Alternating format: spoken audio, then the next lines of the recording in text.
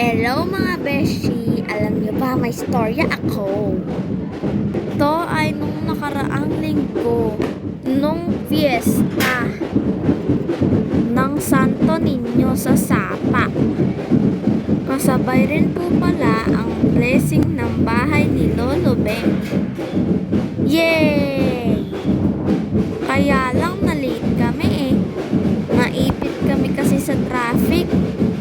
Anong oras na kasi nung papunta kami eh. Kaya yan na lang yung inabutan namin. Ayan sila oh. Po yun, yung nagsasayawan. Sinasayaw po yung Santo Niño nila. Tapos ang saya-saya, nasa daan sila nun eh. Yung iba po, nilalagay nila sa balikat yung mga bata, tapos sumasayaw sila.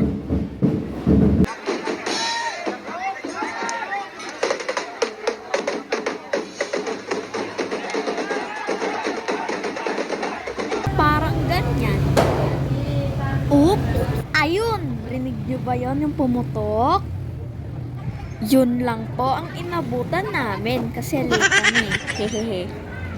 Nakikain lang po kami, tapos kwento-kwento, tapos yun po, pauwi na. Nag-commute na lang po kami kasi po, matraffic eh.